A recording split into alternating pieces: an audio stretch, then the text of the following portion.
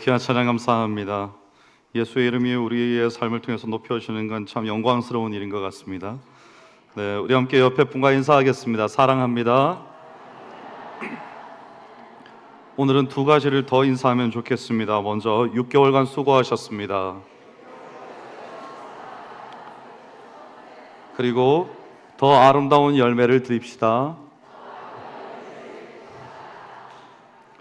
네, 오늘 예배 가운데 주께서 베푸신 감사와 또 그 은혜를 기억하는 은총이 가득하시기를 소망합니다. 오늘 우리가 맥주 감사 주일로 하나님 앞에 함께 모였습니다. 푸른 계절의 한가운데인데 맥주 감사절을 기억하면서 제 마음에 묵상이 되는 것은 세상 천지 만물은 때가 되면 익고 또 고개를 숙이고 열매를 맺고, 그리고 져야 될 때에는 져서 바닥에 밟히기도 하고 거름이 되어서 그 다음 해에 다시 싹이 나기도 하는데, 세상 천지 만물은 다 시와 때를 따라서 자신이 있을 곳을 알아서 자기가 언제 무엇을 해야 되는지 그것을 착실하게 감당하는 반면, 그 천지 만물을 다스리라고 만물의 영장으로 세워주신 우리는 피해야 될 때 자신이 언제 피해야 될지를 알지 못하고, 또 언제 내가 고개를 숙여야 하는지, 언제 내가 어두운 터널 속에서 혹 밟히기도 하며 이 다음 싹을 틔우기 위해서 오늘을 살아내야 하는지, 우리는 자연 앞에서 어쩌면 우리의 삶을 돌아볼 때 세상 모든 만물은 다 주의 뜻을 따라 잘 살아가고 있는 것 같은데, 그 중에서 가장 하나님의 뜻에 어긋나 있는 것이 우리 사람의 인생이 아닌가 하는 생각을 해봅니다. 그래서 이 맥주 감사 주일에 우리가 하나님께서 우리에게 베푸시는 은혜를 마음속 깊이 기억하고, 그리고 진심으로 감사하며 또 우리의 이웃과 함께하는 시간이 되기를 축복합니다. 오늘 우리가 읽은 신명기 16장 9절부터 12절 말씀은 이스라엘 백성들이 이제 애굽에서 종살이를 하고 난 다음 광야 생활을 거치고 약속의 땅에 들어가기 직전 모세가 하나님의 말씀을 다시 한번 선포하면서 절기를 지킬 것을 명령하는 그런 내용입니다. 이스라엘에게 크게 세 가지 절기가 있었는데요, 그 중에 하나가 유월절이고, 그리고 맥주절, 이 맥주절은 칠칠절 혹은 또 오순절이라고도 불립니다. 그리고 마지막으로 초막절이죠, 장막절이라고도 불리는, 그렇게 세 가지의 큰 절기가 있고, 이 이스라엘의 모든 성인 남성들은 연중 이 세 번의 절기 동안에는 반드시 예루살렘 성전에 올라가서 하나님 앞에 예배 드려야 했습니다. 아주 중요한 절기였던 거죠.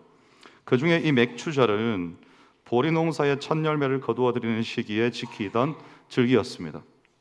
광야 40년을 지나서 이제 막 농경 사회로 전환하는 그때에 이스라엘 백성들에게 이 농사라는 것은 생존 그 자체였죠. 왜냐하면 광야에서 하나님께서 내려주시는 만나와 메추라기가 이제는 그쳤기 때문입니다. 가나안 땅에 소출이 나기 시작했을 때 만나와 메추라기가 그쳤다, 그렇게 기록하고 있습니다. 그 말인즉슨 이제부터는 그 소출로 너희들이 힘써 재배하여 먹고 살아라, 이 말씀인 거죠.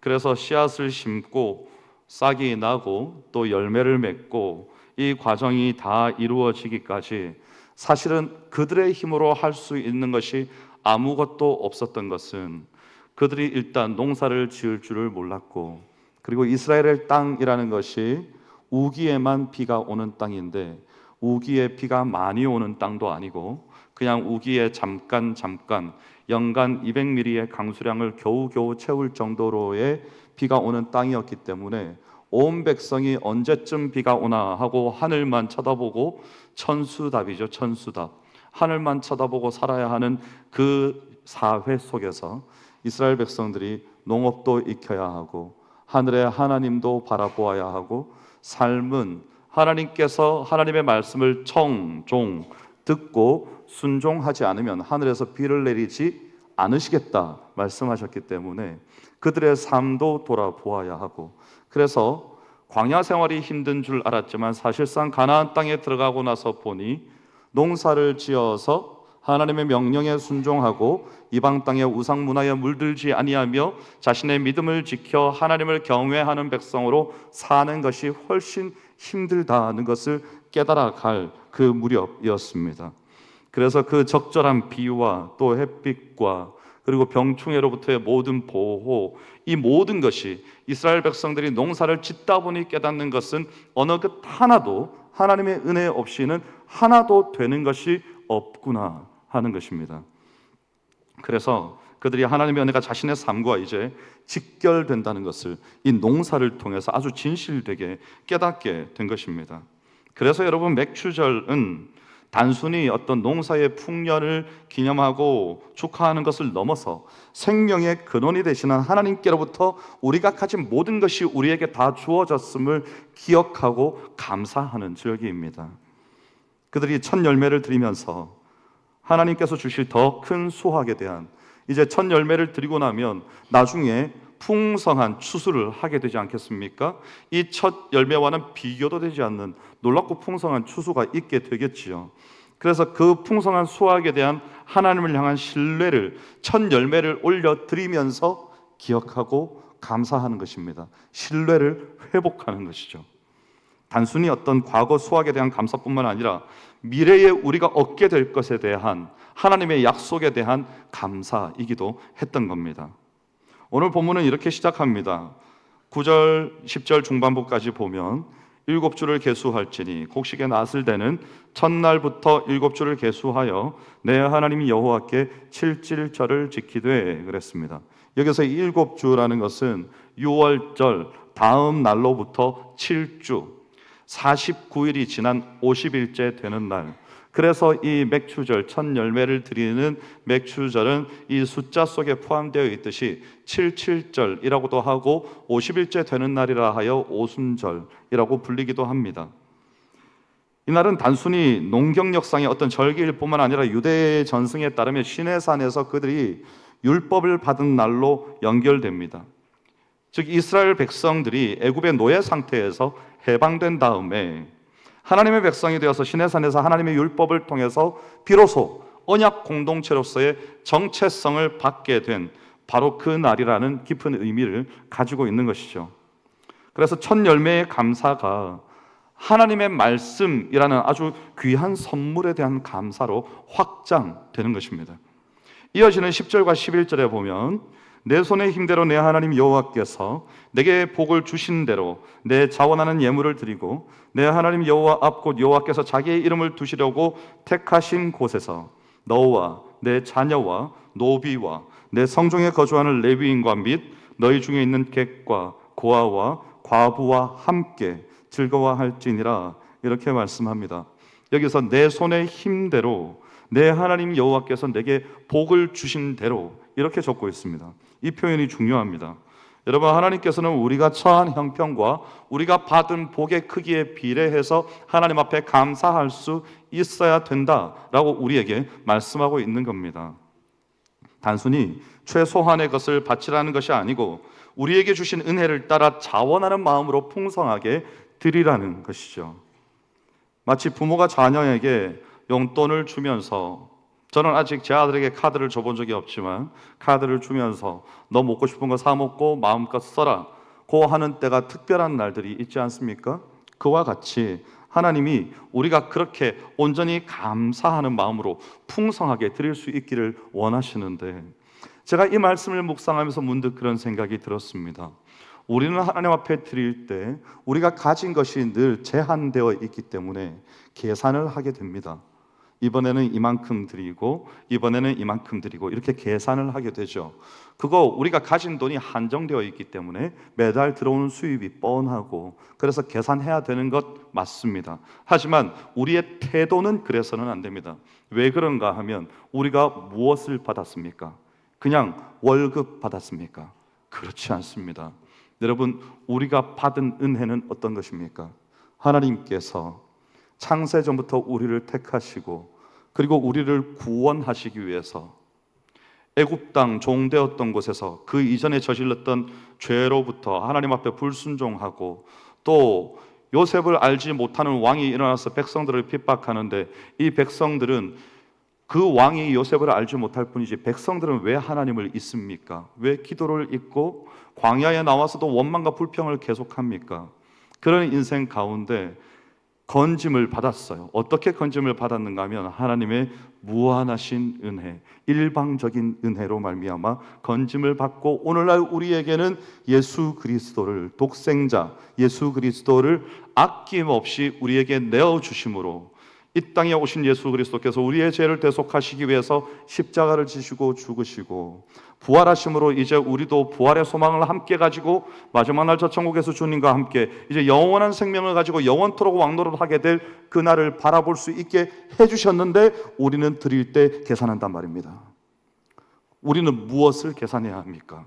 계산을 따지자면 받은 것부터 계산해야 됩니다. 우리가 무엇을 받았습니까? 여러분의 인생을 한번 돌아보십시오. 그리고 난 다음에 계산하십시오. 어떻게 드릴까? 그것이 바른 계산입니다. 오늘 말씀이 그것을 말하는 것입니다. 그리고 오늘 말씀은 거기에서 내가 받은 것을 하나님 앞에 풍성하게 드리는 것에서 그치는 것이 아니라 공동체와 함께 그 감사를 나누라고 말합니다. 11절에 보면 너와 내 자녀와 노비와 내 성중에 거주하는 레위인과 및 너희 중에 있는 객과 고아와 과부와 함께 즐거워할지니라. 혼자 즐거워하는 거 아닙니다. 특별히 이 레위인과 객은 나그네죠. 고아와 과부를 함께 여기서 언급하는 것은 당시 사회에서 소외되기 쉬웠던 사람들. 우리가 조금만 우리의 관심으로부터 멀리하면 여기 우리 미랄부 지체들이 함께 있지만 사람들이 불편하고 힘들어서 그냥 지나쳐서 피해가기 쉬운 사람들, 그런 사람들에 대해서 함께 초청하여 감사의 기쁨을 나누라는 겁니다. 하나님께서 우리의 감사가 단지 개인적인 만족에 그치지 않고 사랑과 또 나눔으로 확장되는 것을 기뻐하신다는 것이죠. 그래서 진정한 감사는요, 여러분, 받은 은혜를 흘려보내는 데서 완성되는 것입니다. 화목제도 그렇지 않습니까? 하나님 앞에 올려드릴 때 그 제사가 언제 끝납니까? 이 제사의 제물들을 함께 모인 이웃들과 다 나누고 먹고 난 다음에 끝나는 겁니다. 왜 제가 그때 끝난다고 하면 먹는 도중에 제대로 나누지 않았거나 먹는 이들이 부정한 몸으로 참여하였다면 그는 벌을 받게 됩니다. 이 말은 제사가 아직 끝나지 않았단 말입니다. 다 나누고 다 먹고 정리된 다음에야 제사가 끝나는 겁니다. 여기서도 마찬가지이죠. 우리가 나누는 나눔이라는 것은 그냥 하나님 앞에 다 올려드렸고 이제는 내가 내 선택으로 그냥 나누는 거야, 아닙니다. 하나님께서 나누라고 명령하셨습니다. 그래서 나누는 겁니다. 마치 우리가 좋은 것을 받았을 때 그 기쁨을 그냥 혼자 간직하는 게 아니고 가족이나 친구들과 빨리 이야기하고 싶고 빨리 나누어 주고 싶죠. 그들과 함께 먹고 싶고 이 좋은 곳에 함께 오고 싶죠. 그 마음하고 똑같은 겁니다. 그래서 하나님은 우리가 우리 마음에 가진 우리의 기쁨이 단지 나 자신의 마음 안에서 머무는 것을 넘어서서 우리의 주변으로 퍼져나가기를 원하시는 겁니다. 그래서 병든 자에게는 위로가 되고요, 외로운 자들에게는 친구가 되어주고요, 또 가난한 자에게 따뜻한 손길을 내미는 것, 이것이 바로 하나님께서 기뻐하시는 감사의 나눔입니다. 제가 지난 월요일에 평촌에서 열리는 선교적 교회 컨퍼런스를 다녀왔습니다. 그 컨퍼런스에서 여러분의 전 세계에서 목사님들이 오셔서 말씀과 특강을 전해주셨는데 제가 그 중에 한 분 아주 기억에 남는 한 개척교회 목사님이 제 마음에 지금까지도 기억에 남아 있습니다. 호주 멜번에서 홈리스, 노숙자 사역을 하는 분이었습니다. 이분이 그날 와서 하신 말씀 중에 본인이 멜번에 가서 첫 거리로 나가서 전도를 시작할 때 자신의 눈에 들어오는 노숙자가 한 명 있었고 그에게 다가가서 말을 걸었습니다. 당신은 어떤 인생을 사셨습니까? 그리고 어찌하여 지금 이곳에 계신 겁니까? 이런 이야기를 주고받다 보니 시간이 한 2시간 정도가 금방 흘러가 버렸습니다. 그래서 그 사람이, 노숙자가 이 목사님에게 묻습니다. 여기 지나가는 사람들은 대부분 나에게 몇 센트를 던져주거나 혹은 머핀을 하나 주고 그냥 가버리게 마련인데 당신은 어째서 이 자리에 앉아서 내 이야기를 2시간씩이나 들어주는 겁니까? 라는 질문을 받고 이 목사님이 마음속으로 번개같이 하나님이 복음을 전하라고 하시는구나. 그래서 그에게 복음을 전합니다. 복음을 다 전하고 나자 이 노숙자가 일어나서 우리로 말하면 버거킹이죠. 버거킹. 옆에 있는 저 식당으로 함께 가자고. 근데 이 목사님은 그 당시에 어떤 상황이었는가 하면 그동안의 사역으로 빈털터리가 되어서 사모님에게서 그날 아침에 우리에게는 이제 20센트 밖에 없고 쌀통은 비었고 돈은 없고 아무것도 없는 빈털터리 상태니까 제발 나가서 뭐 하지 마시라고 그랬는데, 이분이 지금 저 앞에 있는 버거킹을 가자고 하는 겁니다. 이분이 따라 일어났습니다. 마음에 걱정이 되었습니다. 가다가 도망가려고 했습니다. 대충 조금 뒤에서 졸졸졸 따라가다가 그냥 쓱 빠져서 가야 되겠다 하고 가다가 결국은 타이밍을 잡지 못하고 그 안으로 식당 안까지 들어가게 된 거죠. 근데 이 노숙자가 그 앞에 서서 주문을 하는데 너무 많이 시키는 거예요. 자기 거 하고 이 목사님 거 하고 막 이렇게 시키는 거죠. 그래서 이 목사님이 뒤에서 조바심이 났으면 나 돈이 없는데 이걸 어떻게 하면 좋나. 근데 이 노숙자가 다 주문한 다음에 자기가 결제하는 겁니다. 그래서 목사님이 달려갔습니다. 이보세요. 아니 이걸 왜 당신이 계산하시는 겁니까? 돈이 없지 않습니까? 그러니까 그 노숙자가 목사님에게 답하기를, 당신이 내게 내 죄를 대속해 주신 예수 그리스도를 알려주었으니 오늘 밥은 제가 사겠습니다. 이런 거죠. 저는 그 이야기를 듣는데 제가 계속 일주일 내내 설교를 생각하지 않습니까? 이것이 이 목사님이 하나님 앞에 드리는 첫 열매였구나. 이 목사님이 그날로 결단하고 그 주일부터 100명분에서 120명분의 식사를 준비하고 온 동네의 홈리스 노숙자들을 다 불러 모아서 그들에게 식사를 대접하고 함께 예배드리고 복음을 전하고, 그리고 그들의 이야기를 몇 되지 않은 개척교회 멤버들이 조를 나눠서 그들의 이야기를 다 듣습니다. 그렇게 그 사역을 지금까지 해오시고 있다는, 한 푼 없이 시작한 사역, 그렇게 해오시고 있다는 소식을 전해주시는데 제 가슴이 얼마나 뜨거워지는지. 여러분, 우리의 인생에 하나님 앞에 올려드려야 할 은혜를 기억하고 올려드려야 할 진실된 감사, 그리고 우리가 올려드려야 될 첫 열매라는 것은 어떤 것일까요? 그냥 교회에 와서 맥주 감사 헌금 봉투에 헌금 이름을 써서 내는 것, 너무 아름다운 모습이죠. 그런데 그것만은 아니죠.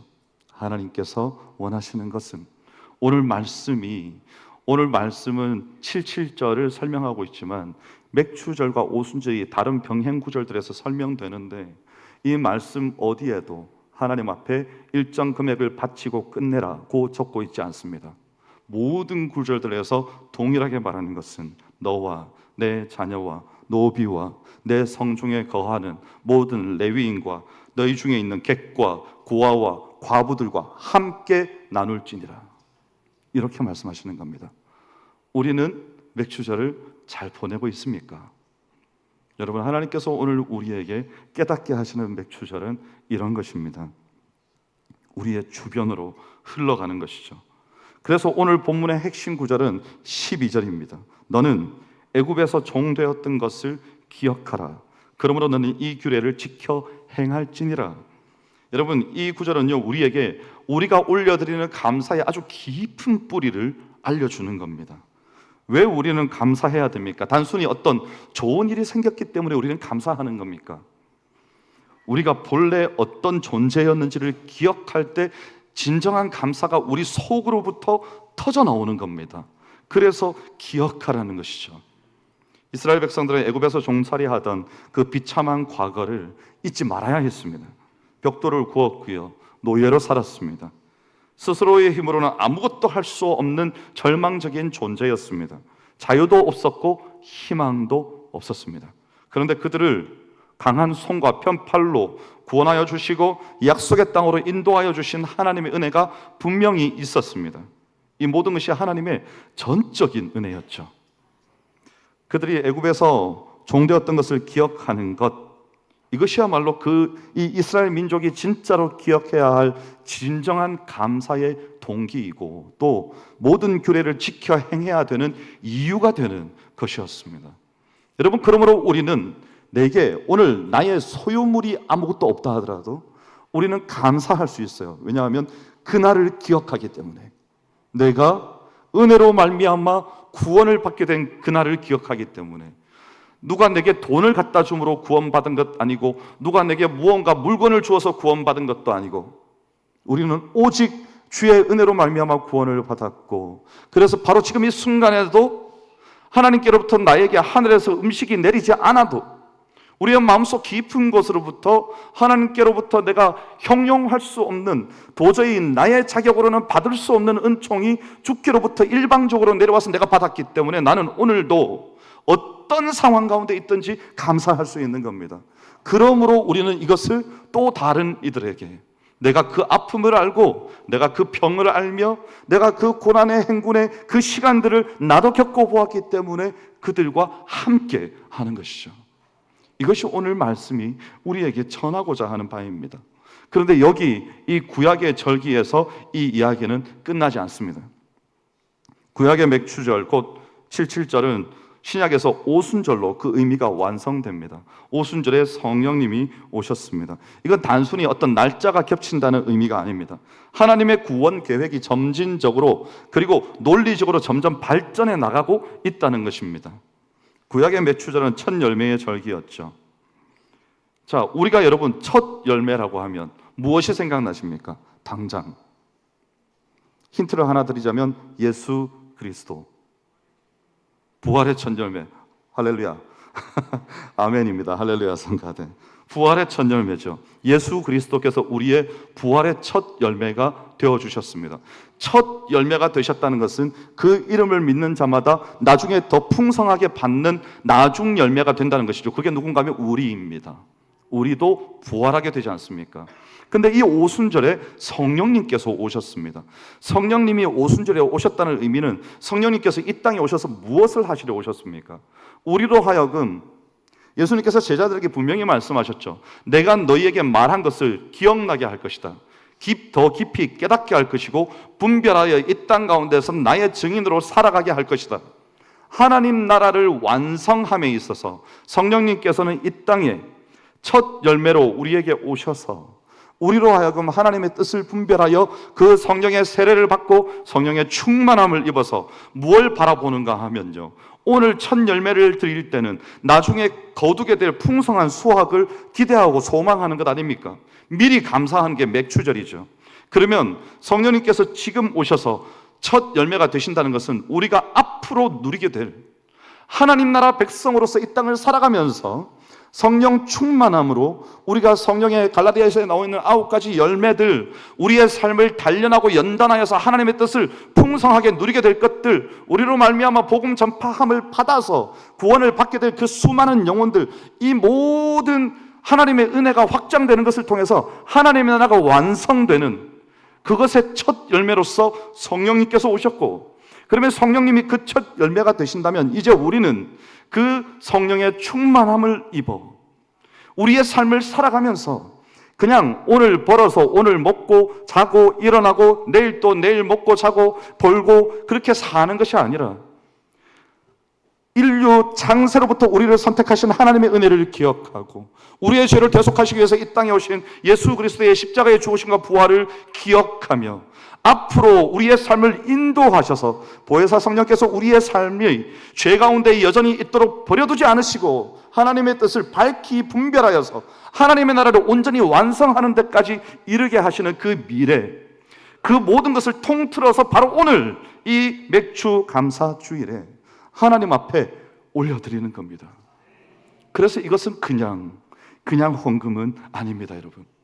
우리 인생의 감사인 것이고 내 삶의 과거를 기억하고 나의 비참한 처지를 기억하며 하나님의 은혜를 기억하고 그 하나님께서 내게 어떤 은총을 베푸셨는지를 기억하고 오늘 내가 아무것도 없다 하더라도 그럼에도 불구하고 놀랍고 풍성한 감사를 하나님 앞에 올려드릴 수 있는, 재산이 없고 드릴 것이 없고 두 렙돈조차 없다 하더라도 우리는 찬양할 수 있고 예배드리면서 주께 영광 돌릴 수 있고 누군가에게 복음을 전할 수 있으며 시리에 차 있고 좌절 가운데 있고 슬픔 가운데 있는 에게 위로의 말을 건넬 수 있고 내일을 살아갈 희망을 얻지 못한 이들에게 다가가서 그 목사님처럼 당신은 어째서 어떤 인생을 살아오셨길래 오늘 이 자리에 계십니까? 라고 묻고 그들의 삶 가운데 필요한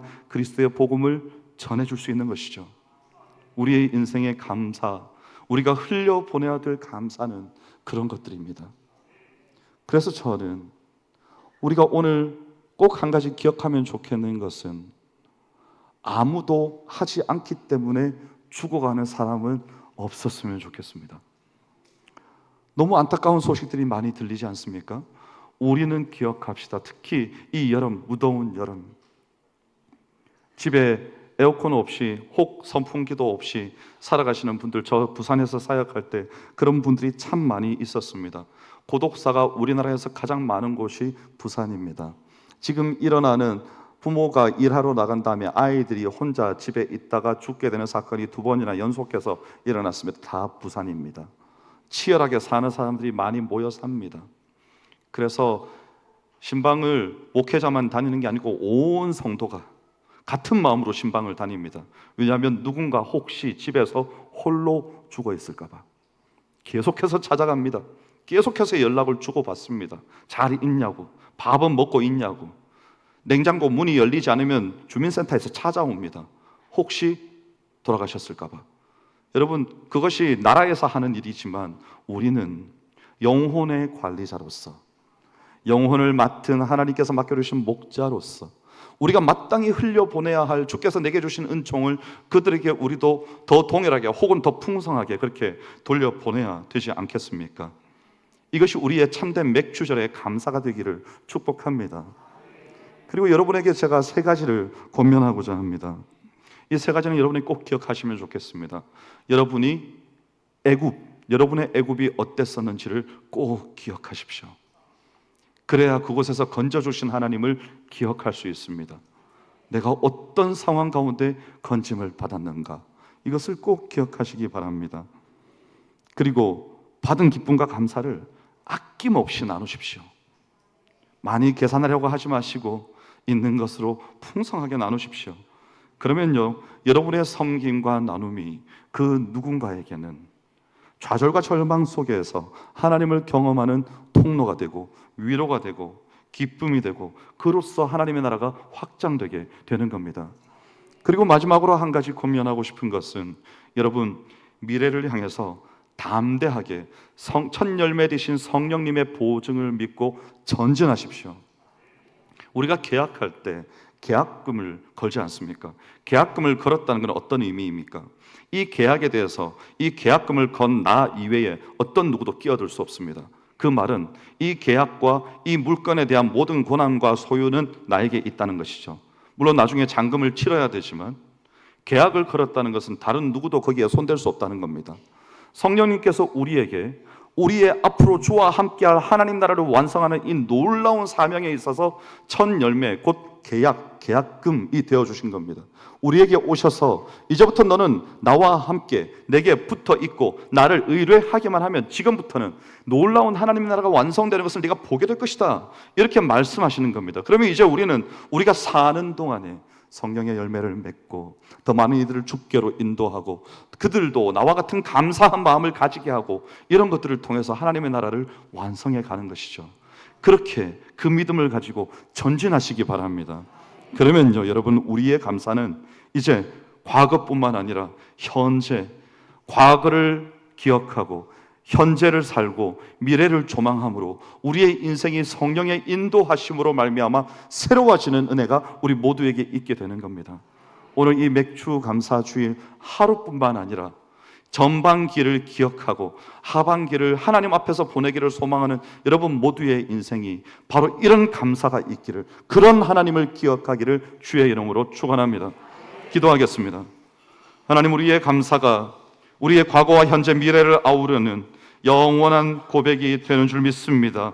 우리의 할 일이 명확함에도 불구하고 주저하지 않고 뒤로 물러서지 않기를 원합니다.